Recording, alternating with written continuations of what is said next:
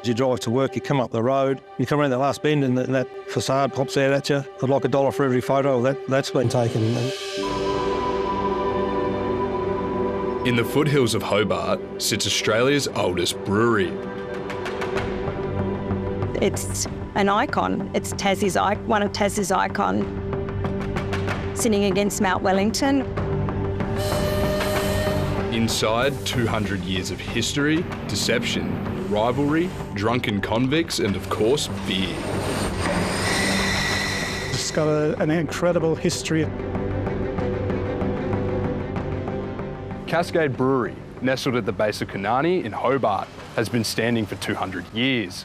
But there's more to its history than its sandstone facade. It didn't become a brewery until 1832, but the Cascade story does begin in 1824, when the site was acquired by a man called Peter de Graves.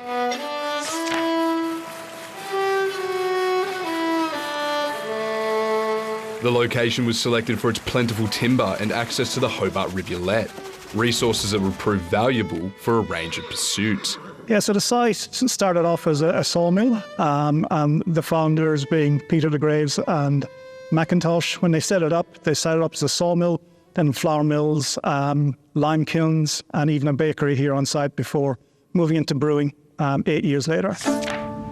A brush with the law had landed de Graves in prison.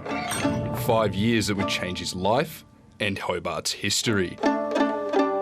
De Graves apparently had unpaid debts in England and it finally caught up with him in Hobart.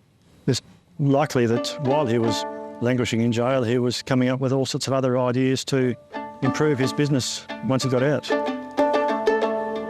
In 1832, the year after his release, he turned to brewing and began exporting beer to the mainland. Cascade beer was exported to Sydney in the 1830s and 1840s, so it's been a well-known brand for a long time.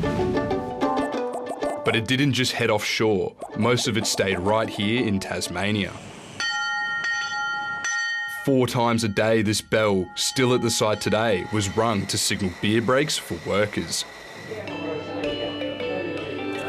The practice was initially introduced to disincentivise workers, mostly convicts at the time, from stealing beer. And it wasn't beer for the faint-hearted. While the alcohol content reduced over the years, the beer breaks persisted until 1993.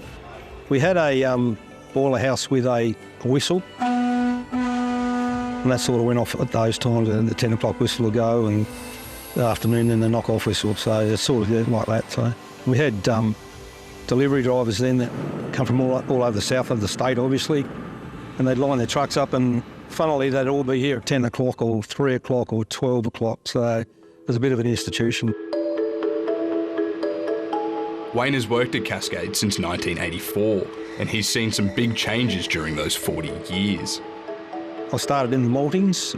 At that stage, we're the only brewery with live maltings in the country. There was hard yakka back then, so I'm not in there anymore. I'm in fermentation, which has come ahead in leaps and bounds. As you can see, the cellar we're sitting in is our new one. And there's been a lot of changes even in the brewing process. Each of these tanks hold around 100,000 litres of beer. They're a critical part of the brewing process, which takes around 4 to 5 weeks from grain to glass. The fermentation process can take up to 7 to 10 days, after which time we'll chill the beer, remove the yeast, and send the beer into a maturation cellar for up to another 10 days. In addition to millions of litres of Cascade beer each year, Cascade brews volumes of cider, non-alcoholic drinks, and other beer brands. Cascade's story could have been very different. The brewery nearly burned to the ground in 1967 when bushfires broke out across southeast Tasmania on what would be called Black Tuesday.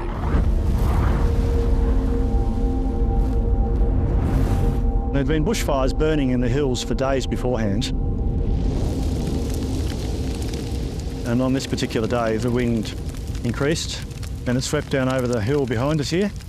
And before long, virtually the whole brewery was ablaze. Some parts of it did survive, which allowed the brewery to restart very quickly. And the brewery has faced another, very different challenge. Visitors to Tasmania may be unaware of a long-standing rivalry that divides the island state, the North versus South beer divide.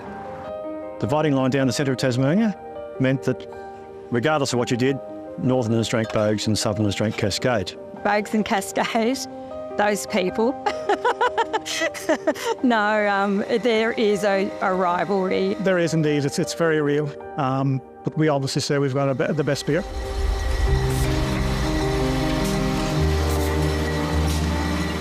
The times of daily beer breaks, stints in jail and convicts are clearly long gone. But the historic Cascade building stands as a reminder of the last 200 years.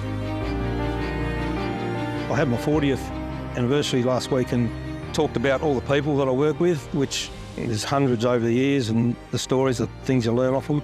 But a big part of it is the building itself. Like, it becomes a part of you. Like, you have immense pride in the building.